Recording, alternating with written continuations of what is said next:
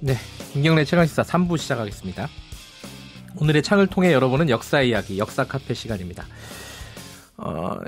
지금 나오고 있는 노래가 이 땅에 살기 위하여라는 노래죠. 윤도현 밴드 노래인데 오늘 주제랑 좀 맞는 것 같아요. 이 땅에서 살려면은 이 바깥의 관계가 굉장히 중요하지 않습니까? 저는 개인적으로는 뭐 일본이 가깝고도 먼 나라라고 하는데 이 러시아가 좀 뭐랄까요? 우리가 생각할 때 좀 묘한 나라인 것 같아요. 지리적으로도 사실 붙어 있잖아요, 한반도랑. 그리고 사실 굉장히 가까운 나라였죠, 우리랑. 근데 지금은 또 꽤 먼 나라가 됐어요. 이 러시아와 한반도의 관계를 오늘 좀 짚어보겠습니다. 물론 북러 정상회담 때문에 계기로 좀 짚어보는 거죠. 김정은 국무위원장이 푸틴 러시아 대통령 만나는 게 이번이 처음이라고 합니다. 자, 러시아가 한반도 국제정세에 어떤 지금 역할을 하고 있는지 박태균 서울대 국제대학원 교수님과 이야기 나눠보겠습니다. 안녕하세요. 네, 안녕하세요. 이게 김정은 위원장이 러시아 푸틴 대통령이랑 처음 만난다는 얘기는 네. 북한하고도 그렇게 교류가 가깝다? 이렇게 보기는 힘든 건가요? 어떻습니까?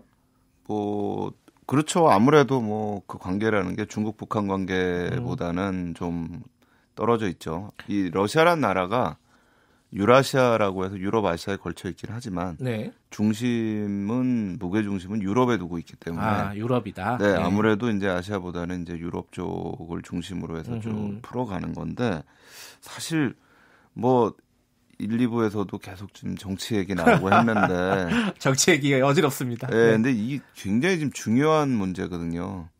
지금 한반도 문제에서요. 그럼요. 예. 왜냐하면 북한의 입장에서는 이제 제일 중요한 게 트럼프 대통령과의 회담에서도 쭉 나타났지만 정권 안보 문제인데 네. 지금 보이는 것은 어쨌든 겉으로 보이는 거는 김정은 정부는 경제 성장이라는 걸 통해서 정권 안보를 챙기겠다. 네. 그러니까 그 전에 있었던 이 성군주의에 의해서 군사적 힘에 의해서 정권 안보를 지키겠다는 거에서 경제 성장으로 넘어갔단 말이에요. 네. 근데 이 정권 안보라는 최종적인 목적을 놓고 본다면 미국과의 협상을 통해서 경제 성장과 정권 안보를 동시에 챙기겠다라는 거에서 이제 러시아가 들어오게 되면은 예전에 우리 냉전 때 있었던 북방 삼각 대 남방 삼각의 관계가 형성이 되게 돼요. 그럼 이제 북중러의 관계가 형성이 되는 거고 네. 이쪽으로는 남한하고 일본하고 미국의 관계가 형성이 되게 됩니다. 이러면 사실은 북한 핵 문제는 난망해질 수 있어요. 아하. 그럼 이제 북한으로서는 미국한테 기댈 의미가 없어지는 거예요. 그러니까 이쪽으로도 북방 삼각관계만 가지고도 자기들은 정권 안보는 지킬 수가 있다. 그러니까 그렇게 목적이 달성된다 그러면 사실은 북미 정상회담을 통해 가지고 지금 북한 내에서 지금 알려지고 있는 게 북한 내의 보수층들이 특히 이제 군부 쪽에서 핵과 미사일 동시에 폐기한다는 거에 대해서 상당히 불안감을 가지고 있다. 네. 근데 그러면 내부적인 불안감을 해소하면서 정권 안보를 같이 가져간다라고 할 때는 김정은 입장에서는 사실은 미국과의 관계를 가져가는 것보다 중국 러시아의 관계를 강화해 나가는 게 더 편한 입장이 될 수가 있거든요. 네. 그러니까 한편으로는 우리가 지금 뉴스에서 굉장히 좀 안이하게 바라보고 있는 거는 러시아와의 관계를 통해서 미국과 관계를 좀 더 풀어가겠다. 예. 레버러지로 쓰겠다. 저는 그것도 가능한 얘기지만 다른 한편으로 미국과 관계가 계속 안 풀리면 어떻게 할 거냐. 이러면 이제 제가 보기에는 북핵 문제 해결은 난망해질 수 있다. 이건 저는 남북 관계에 연동될 수 있다라고 봐요. 예. 그러니까 지금 러시아와 북한이 정상회담을 지금 이 시기에 갖는 것은 지금 한반도 정세에서 굉장히 중요한 국면이다. 저는 굉장히 중요하다라고 봅니다. 이게 지금 저희가 집안 싸움 할 상황이 아니고요. 사실은 지금 어떻게 돌아가는가에 대해서 굉장히 좀 면밀히 좀 지켜보고 또 지켜볼 뿐만 아니라 외교력을 지금 발휘해야 될 때인 것 같아요.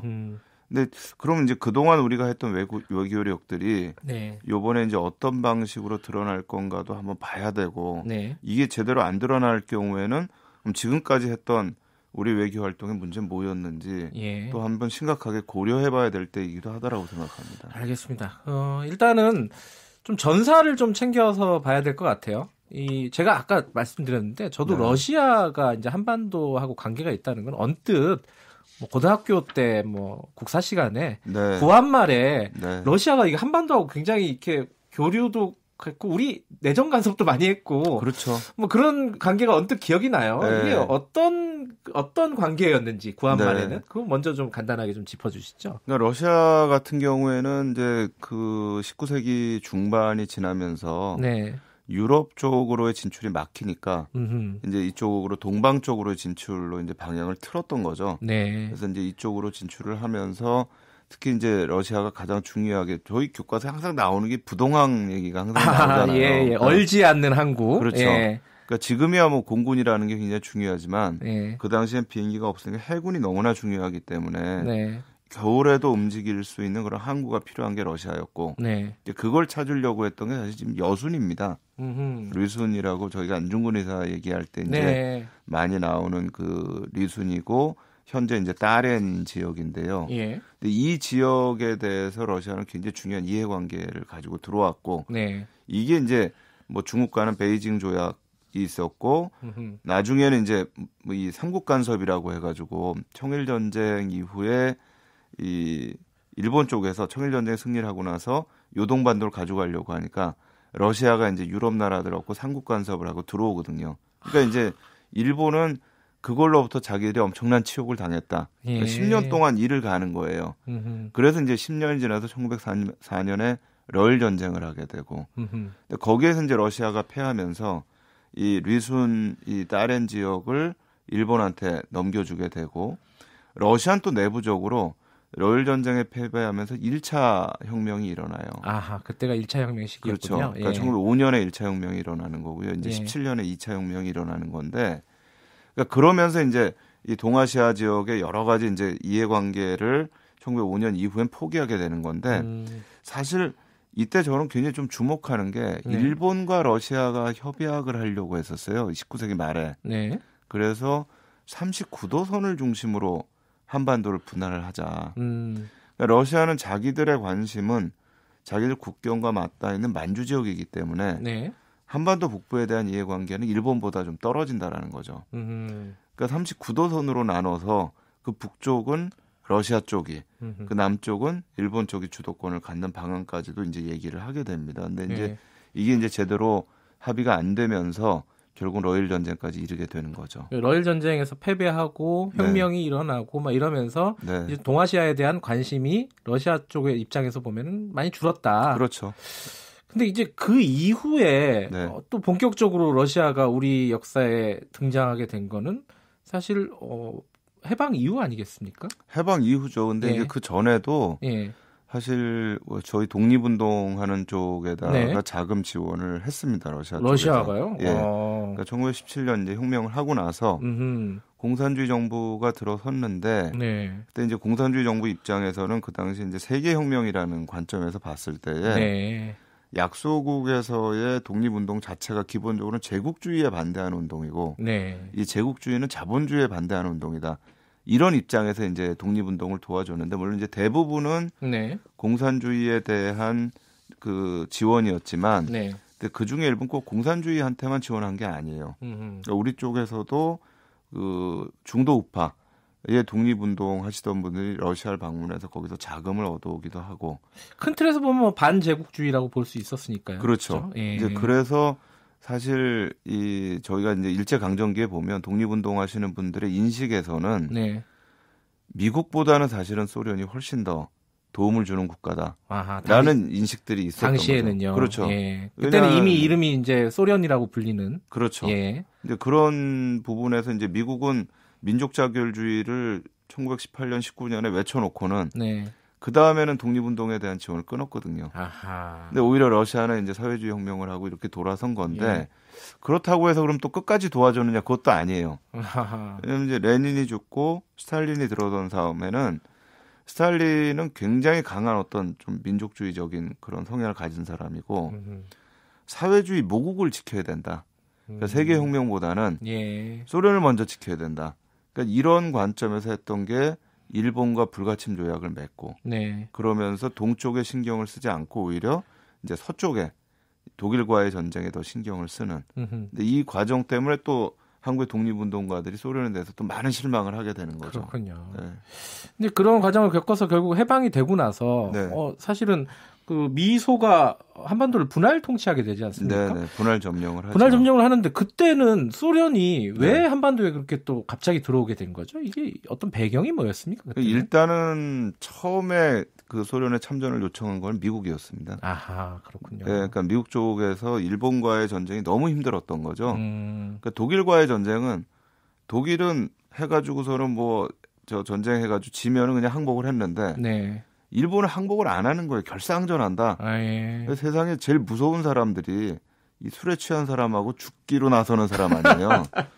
근데 일본은 나 항복 안 하고 배째겠다. 그러니까 미국의 입장에서는 일본과의 전쟁이 너무 두렵고 네. 이거 빨리 끝내야 되는데 특히 태평양에 있는 섬들의 상륙 작전을 하면서 미국이 굉장히 큰 피해를 입었어요.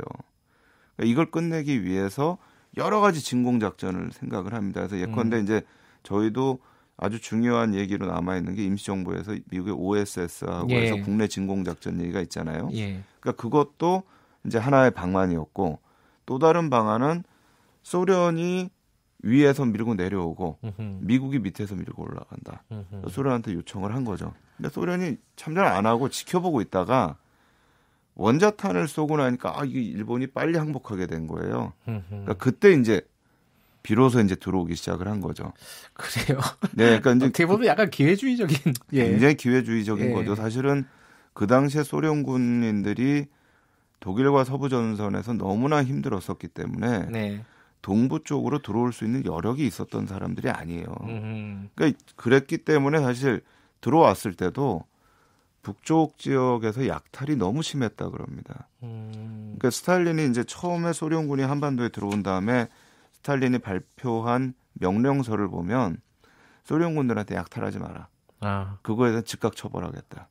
이런 내용이 그 안에 들어가 있어요. 그러니까 이게 완전 진짜 점령군처럼 들어와 버린 게 되는 거죠. 사실 자기들은 해방군이라고 선전을 하고 들어왔는데, 그러니까 이거 자체는 굉장히 이제 소련은 어떻게 보면 좀 잔머리를 썼다고 할까요?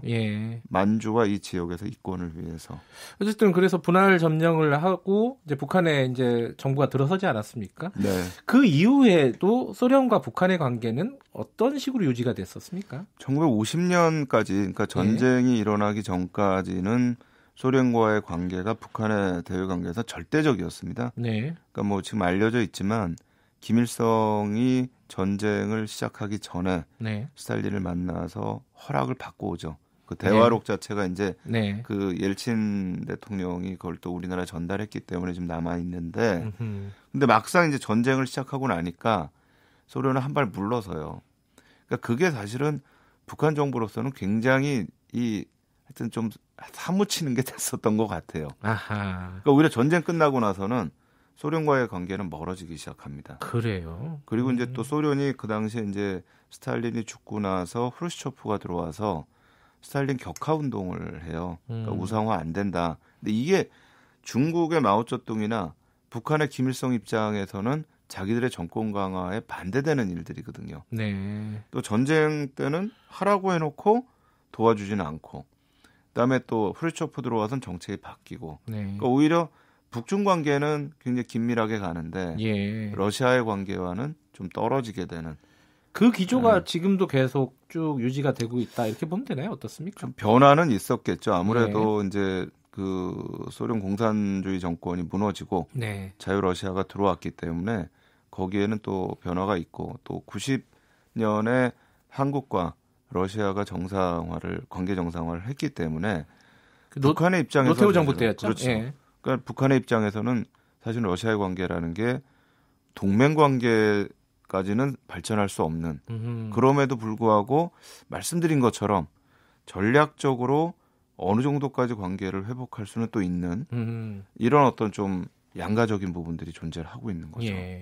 그럼 어쨌든 지금 상황에서 러시아가 다시 이게 러시아로 불렀다 소련이라고 불렸다가 다시 러시아로 돌아왔는데, 이 러시아가 다시 북한과 어떤 전략적인 관계를 맺게 되면은 한반도 정세는 지금까지 양상과는 좀 달라질 수 있다. 처음에 말씀하신 부분. 그렇죠. 그러니까 상대적으로 뭐 그게 힘의 균형을 북방과 남방의 힘의 균형을 이루면 상대적으로 상당히 안정될 수도 있어요. 근데 문제는 저희가 보는 제일 중요한 문제는 사실 비핵화 문제거든요. 그렇죠. 예. 그러니까 비핵화 한반도 전체 비핵화와 평화 체제를 만드는 건데 이게 이제 대립각을 이루면서 힘의 균형을 이루게 되면 사실은 평화 체제로 가는 데는 굉장히 장애가 됩니다. 네. 또 이 남북 관계라는 게 지금까지 남북 관계를 보면 북한이 중국이나 러시아와의 관계가 굉장히 좋아지면 네. 연동해서 남북 관계는 사실은 좀 엷어집니다.